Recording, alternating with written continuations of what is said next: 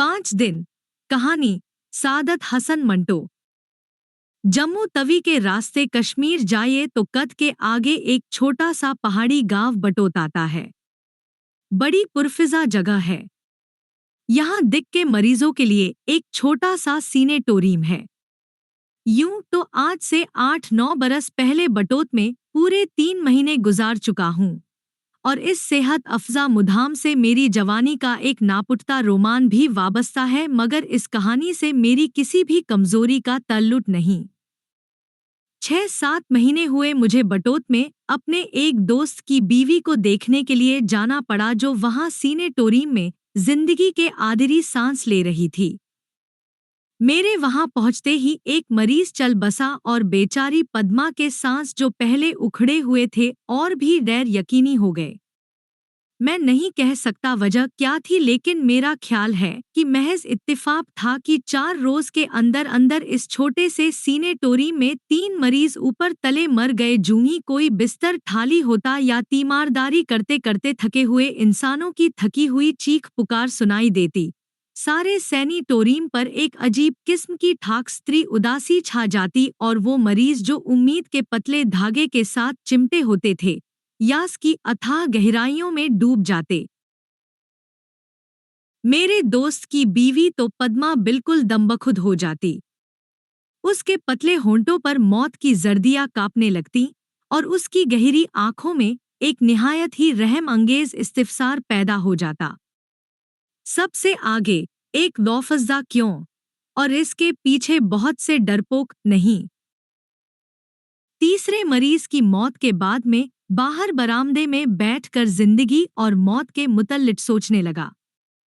सीनेटोरियम एक मर्तबान सा लगता है जिसमें ये मरीज प्याज की तरह सिरके में डले हुए हैं। एक कांटा आता है और जो प्याज अच्छी तरह गल गई है उसे ढूंढता है और निकाल कर ले जाता है। ये कितनी महकाखेज तशबीह थी, लेकिन जाने क्यों बार बार यही मेरे जहन में आई। मैं इससे ज्यादा और कुछ न सोच सका कि मौत एक बहुत ही भोंडी चीज है। यानी आप अच्छे भले जी रहे हैं, एक मर्ज कहीं से आन चिमटता है और मर जाते हैं। अफसानवी नुक्ताइनजर से भी जिंदगी की कहानी का ये अंजाम कुछ चुस्त मालूम नहीं होता। बरामदे से उठकर अंदर दाखिल हुआ। 10-15 कदम उठाए होंगे कि पीछे से आवाज आई, दफना आए आप नंबर 22 को। मैंने मुड़कर देखा। सफेद बिस्तर पर 2 काली आंखें मुस्कुरा रही थी। ये आंखें, जैसा कि मुझे बाद में मालूम हुआ, एक बंगाली औरत की थी जो दूसरे मरीजों से बिल्कुल अलग तरीके पर अपनी मौत का इंतजार कर रही थी। उसने जब ये कहा, दफना आए आप नंबर 22 को, तो मुझे ऐसा महसूस हुआ कि हम इंसान को नहीं बल्कि एक अदद दफना करा रहे हैं। और सच पूछिए तो उस मरीज को दब्र के सपुर्द करते हुए मेरे दिलो-दिमाग के किसी कोने में भी ये एहसास पैदा नहीं हुआ था कि वो एक इंसान था और उसकी मौत से दुनिया में एक खला पैदा हो गया है। मैं जब मजीद गुफ्तगू करने के लिए उस बंगाली औरत के पास बैठा जिसकी स्याह फाम आंखें ऐसी होलनाक बीमारी के बावजूद तरोताज़ा और चमकीली थी, तो उसने ठीक उसी तरह मुस्कुरा कर कहा, मेरा नंबर 4 है। फिर उसने अपनी सफ़ेद चादर की चंद सलवटें अपने इस्तिरवानी हाथ से दुरुस्त की और बड़े बेतकल्लुफ़ अंदाज में कहा, आप मुर्दों को जलाने दफनाने में काफ़ी दिलचस्पी लेते हैं। मैंने यूं ही सा जवाब दिया, नहीं तो। इसके बाद ये मुख्तसर गुफ्तगू खत्म हो गई और मैं अपने दोस्त के पास चला गया। दूसरे रोज में हस्बे मामूल सैर को निकला। हल्की हल्की फुवार गिर रही थी, जिससे फिजा बहुत ही प्यारी और मासूम हो गई थी, यानी जैसे उसको उन मरीजों से कोई सरोकार ही नहीं जो इसमें जरासीम भरे सांस ले रहे थे। चीड़ के लाबे लाबे दरख्त, नीली नीली धुंध में लिपटी हुई पहाड़ियां, सड़क पर लुढ़कते हुए पत्थर, पस्तवद मगर सेहतमंद भैंसें, हर तरफ खूबसूरती थी। एक पर एतिमाद खूबसूरती जिसे किसी चोर का खटका नहीं था। मैं सैर से लौटकर सीनेटोरियम में दाखिल हुआ तो मरीजों के उतरे हुए चेहरों ही से मुझे मालूम हो गया कि एक और अदद चल बसा है। 11 नंबर यानी पद्मा। उसकी धंसी हुई आंखों में जो खुली रह गई थी, मैंने बहुत से तौफज़दा क्यों और उनके पीछे बेशुमार डरपोक नहीं मुंजमद पाए। बेचारी, पानी बरस रहा था, इसलिए खुश्क ईंधन जमा करने में बड़ी दिक्कत का सामना करना पड़ा। बहरहाल, उस जरीब की लाश को आग के सपुर्द कर दिया गया। मेरा दोस्त वहीं चिता के पास बैठा रहा और मैं उसका सामान ठीक करने के लिए सीनेटोरियम आ गया।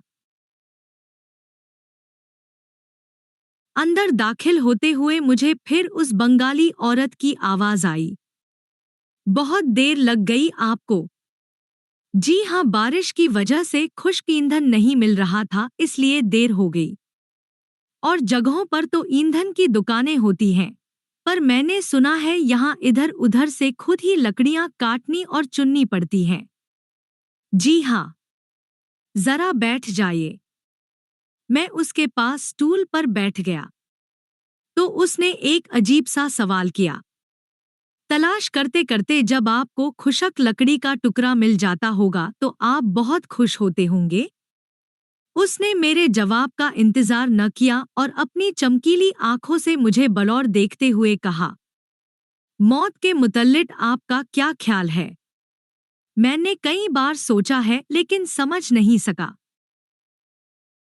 वो दानाओं की तरह मुस्कुराई और बच्चों के से अंदाज में कहने लगी, मैं कुछ कुछ समझ सकी हूँ, इसलिए कि बहुत मौतें देख चुकी हूँ।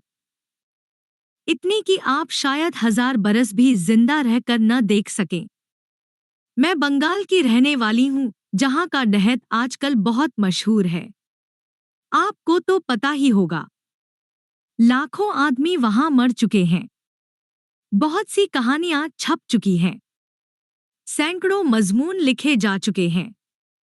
फिर भी सुना है कि इंसान की इस विपदा का अच्छी तरह नक्शा नहीं खींचा जा सका। मौत की उसी मंडी में मौत के मुतल्लिक मैंने सोचा। मैंने पूछा, क्या? उसने उसी अंदाज से जवाब दिया। मैंने सोचा कि एक आदमी का मरना मौत है, 1 लाख आदमियों का मरना तमाशा है। सच कहती हूँ, मौत का वो ज़ौफ़ जो कभी मेरे दिल पर हुआ करता था, बिल्कुल दूर हो गया। हर बाजार में 10-20 अर्थियां और जनाजे नजर आएं, तो क्या मौत का असली मतलब फौत नहीं हो जाएगा? मैं सिर्फ इतना समझ सकी हूँ कि ऐसी बेतहाशा मौतों पर रोना बेकार है, बेवकूफी है। अव्वल तो इतने आदमियों का मरना ही सबसे बड़ी हमादत है। मैंने फौरन ही पूछा, किसकी? किसी की भी हो, हमादत हमादत है। एक भरे शहर पर आप ऊपर से बम गिरा दीजिए, लोग मर जाएंगे। कुओं में जहर डाल दीजिए, जो भी इनका पानी पिएगा मर जाएगा। ये काल, दहत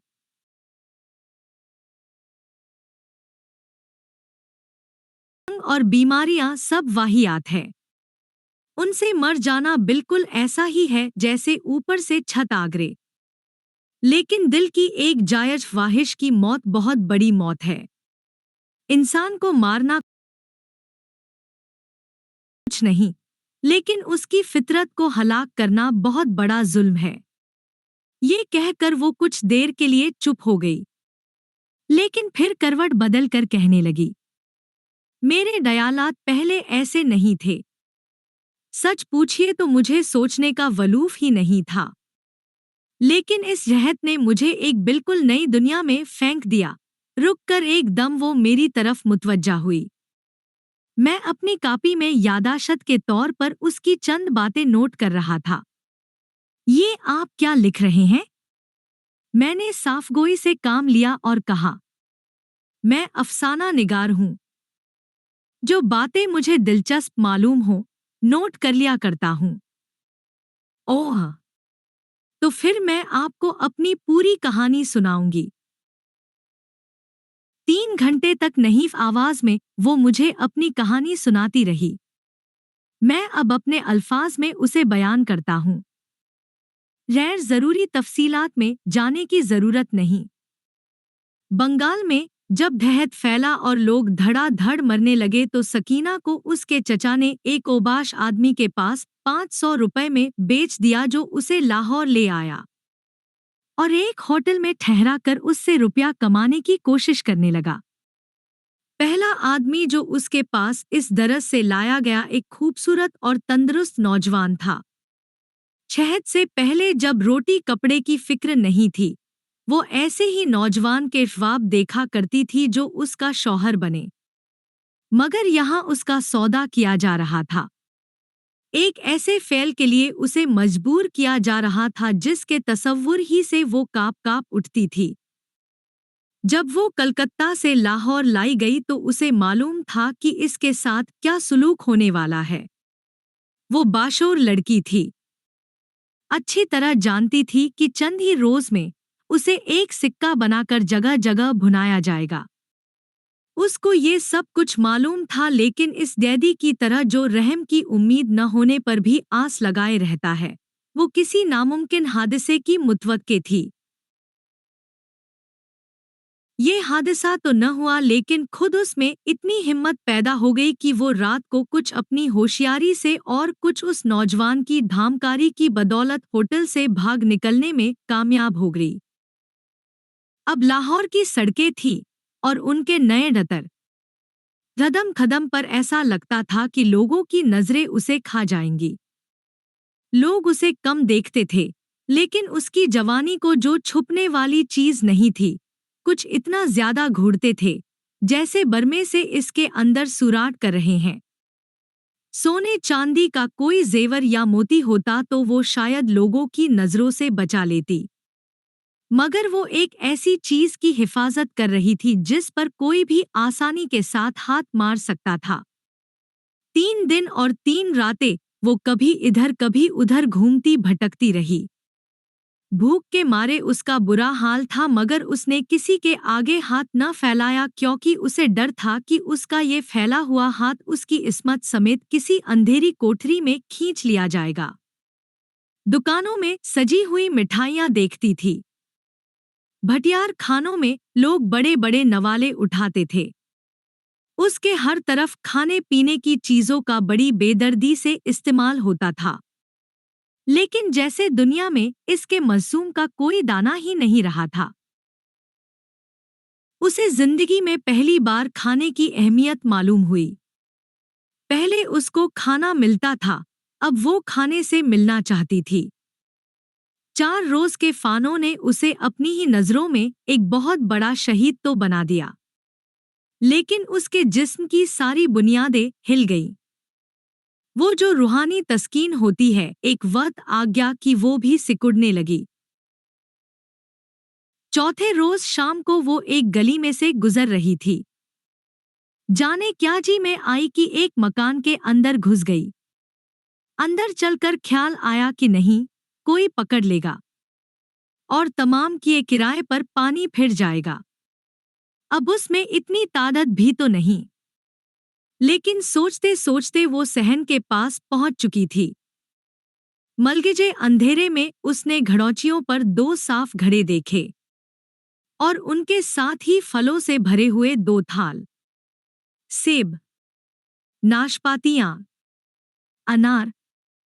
उसने सोचा अनार बकवास है, सेब और नाशपातियां ठीक हैं। घड़े के ऊपर चीनी के बजाय एक प्याला पड़ा था। इसने तश्तरी उठाकर देखा तो मलाई से पुर था। उसने उठा लिया और बेशतर इसके कि वो कुछ सोच सके, जल्दी जल्दी उसने नवाले उठाने शुरू किए। सारी मलाई उसके पेट में थी। कितना राहत बख्श लम्हा था। भूल गई कि किसी डैर के मकान में है। वहीं बैठकर उसने सेब और नाशपातियां खाना शुरू कर दी। घड़ौची के नीचे कुछ और भी था। यन्नी ठंडी थी, लेकिन उसने सारी पतीली खिम कर दी। एकदम जाने क्या हुआ, पेट की गहराइयों से गुबार सा उठा और उसका सर चकराने लगा। वो उठ खड़ी हुई। कहीं से खांसी की आवाज आई। भागने की कोशिश की मगर चकरा कर गिरी और बेहोश हो गई। जब होश आया तो वो एक साफ सुथरे बिस्तर में लेटी थी। सबसे पहले उसे ख्याल आया, कहीं मैं लूटी तो नहीं गई। लेकिन फौरन ही उसे इत्मीनान हो गया कि वो सही सलामत थी। कुछ और सोचने ही लगी थी कि पतली पतली खांसी की आवाज आई। एक हड्डियों का ढांचा कमरे में दाखिल हुआ। सकीना ने अपने गांव में बहुत से ढहत के मारे इंसान देखे थे मगर ये इंसान उनसे बहुत मुख्तलिफ था। बेचारगी उसकी आंखों में भी थी मगर उसमें वो अनाज की तरसी हुई वाहिश नहीं थी। उसने पेट के भूखे देखे थे जिनकी निगाहों में एक नंगी और भोंडी ललचाहट थी, लेकिन उस मर्द की निगाहों में उसे एक चिलमन सी नजर आई। एक धुंधला पर्दा जिसके पीछे से वो डर डर कर उसकी तरफ देख रहा था। वौफज़ा सकीना को होना चाहिए लेकिन सहमा हुआ वो था। उसने रुक रुक कर कुछ झंपते हुए अजीब किस्म का हिजाब महसूस करते हुए उससे कहा, जब तुम खा रही थी तो मैं तुमसे दूर खड़ा था। उफ! मैंने किन मुश्किलों से अपनी खांसी रोके रखी कि तुम आराम से खा सको और मैं ये खूबसूरत मंजर ज्यादा देर तक देख सकूं। भूख बड़ी प्यारी चीज है, लेकिन एक मैं हूं कि इस नेमत से महरूम हूं। नहीं, महरूम नहीं कहना चाहिए क्योंकि मैंने खुद उसको हलाक किया है। सकीना कुछ भी समझ न सकी। वो एक पहेली थी जो बूझते बूझते एक और पहेली बन जाती थी, लेकिन इसके बावजूद सकीना को उसकी बातें अच्छी लगी जिनमें इंसानियत की गर्मी थी। चुनांचे उसने अपनी सारी आपबीती उसको सुना दी। वो डामोश सुनता रहा जैसे उस पर असर ही नहीं हुआ। लेकिन जब सकीना उसका शुक्रिया अदा करने लगी तो उसकी आंखें, जो आंसुओं से बेन्याज मालूम होती थीं, एकदम नमनाक हो गईं और उसने भराई हुई आवाज में कहा, यहीं रह जाओ सकीना। मैं दिक का बीमार हूं। मुझे कोई खाना, कोई फल अच्छा नहीं लगता। तुम खाया करना और मैं तुम्हें देखा करूंगा। लेकिन फौरन ही वो मुस्कराने लगा। क्या हमादत है, कोई और सुनता तो क्या कहता। यानी दूसरा खाया करे और मैं देखा करूंगा। नहीं सकीना, वैसे मेरी दिली ख्वाहिश है कि तुम यहीं रहो। सकीना कुछ सोचने लगी। जी नहीं, मेरा मतलब है आप इस घर में अकेले हैं और मैं नहीं। नहीं, बात यह है कि मैं। ये सुनकर उसको कुछ ऐसा सदमा पहुंचा कि वो थोड़ी देर के बिल्कुल खो सा गया। जब बोला तो उसकी आवाज खोखली थी। मैं 10 बरस तक स्कूल में लड़कियां पढ़ाता रहा हूं। हमेशा मैंने उनको अपनी बच्चियां समझा। तुम एक और हो जाओगी। सकीना के लिए कोई और जगह ही नहीं थी। चुनांचे इस प्रोफेसर के हाथ ठहर गई। वो 1 बरस और चंद महीने जिंदा रहा।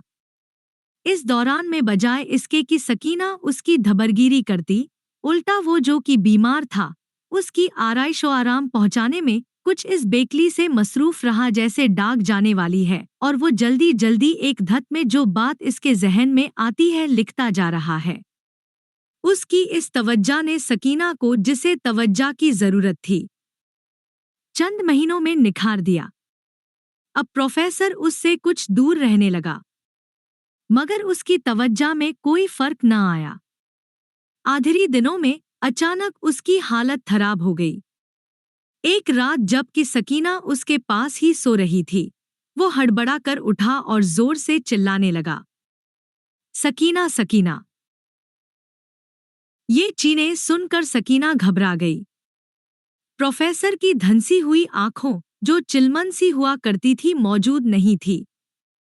अब एक अथाह दुख सकीना को उनमें नजर आया। प्रोफेसर ने कांपते हुए हाथों से सकीना के हाथ पकड़े और कहा, मैं मर रहा हूँ, लेकिन इस मौत का मुझे दुख नहीं, क्योंकि बहुत सी मौतें मेरे अंदर वाल्य हो चुकी हैं।